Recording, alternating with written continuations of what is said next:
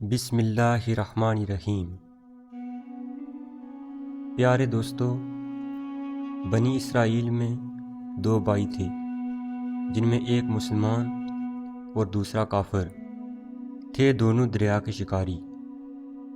کافر بت کو سجدہ کرتا تھا، مگر جب مچھلیوں کے لیے جال دریا میں ڈالتا تو اس قدر اس میں مچھلیاں آ جاتی کہ اس کو کھینچنا مشکل ہو جاتا، مگر مسلمان کے جال میں صرف ایک ہی مچھلی آتی تھی اور اسی پر صبر کے ساتھ خدا کا شکر ادا کرتا تھا۔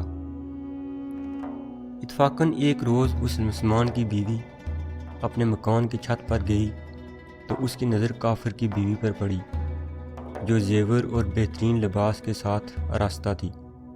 یہ دیکھ کر اس مسلمان کی بیوی کے دل میں وسوسہ پیدا ہوا کہ کاش میں بھی ایسی ہوتی۔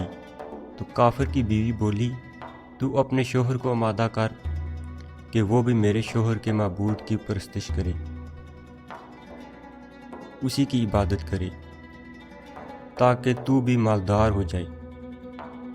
یہ سن کر مسلمان کی بیوی کچھ غمزدہ سی ہو کر نیچے آئی، اور جب اس کا شوہر گھر آیا تو اس کی بیوی کا حال معتبر دیکھ کر دریافت کیا کہ آخر کیا بات ہے جس سے تو اس قدر غمزدہ ہے۔ تو وہ کہنے لگی، بس میاں، یا تو مجھے طلاق دے دے یا اپنے بھائی کے معبود کی پرستش اختیار کر۔ یہ سن کر اس کے شوہر نے کہا، خدا کی بندی، تو خدا سے نہیں ڈرتی؟ ایمان کی دولت کے بعد یہ کفر کی باتیں کرتی ہے۔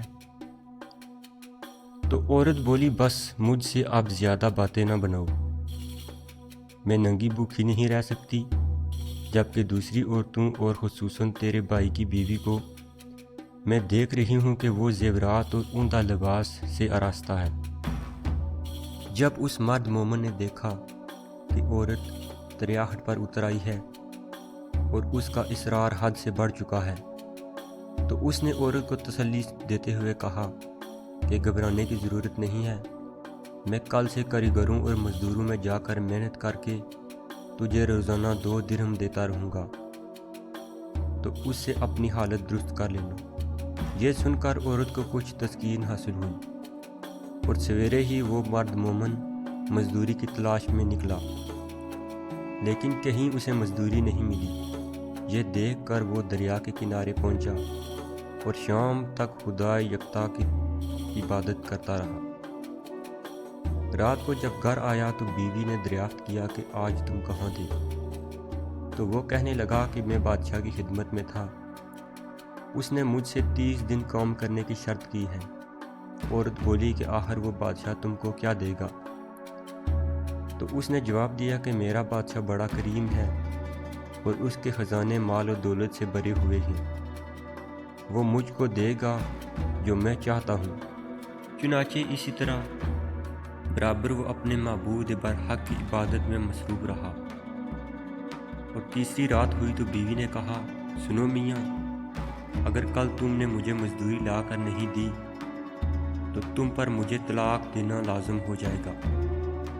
یہ سن کر اس مرد مومن کو کسی قدر پریشانی لاحق ہوئی، اور تیسری صبح اس نے ایک یہودی سے کہا کہ تم مجھے مزدوری پر لگا لو۔ یہ سن کر یہودی کہنے لگا کہ ہاں، تم کو مزدوری تو مل جائے گی، لیکن شرط یہ ہے کہ میرے پاس تمہارے کھانے کے لیے کچھ بھی نہیں ہے۔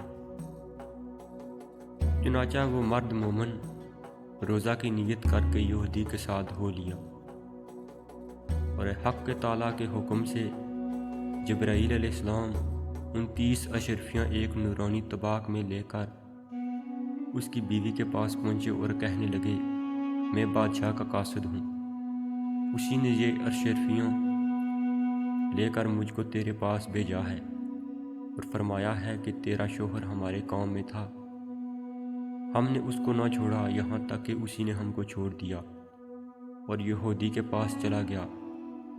اگر وہ ہمارا کام کرتا تو ہم اس کو اور زیادہ اجرت دیتے، بس یہ ایک اشرفی کی کمی اس وجہ سے ہوئی ہے۔ چنانچہ وہ عورت ان میں سے ایک اشرفی لے کر بازار گئی، جس پر کلمہ شہادت لکھا ہوا تھا۔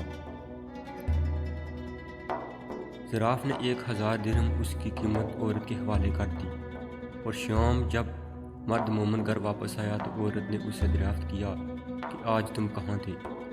اس نے جواب دیا کہ میں آج ایک یہودی کے کام پر گیا ہوا تھا۔ تو بیوی کہنے لگی کہ آخر بادشاہ کی خدمت میں ترک کر کے تم دوسرے کی خدمت کیوں کرتے ہو؟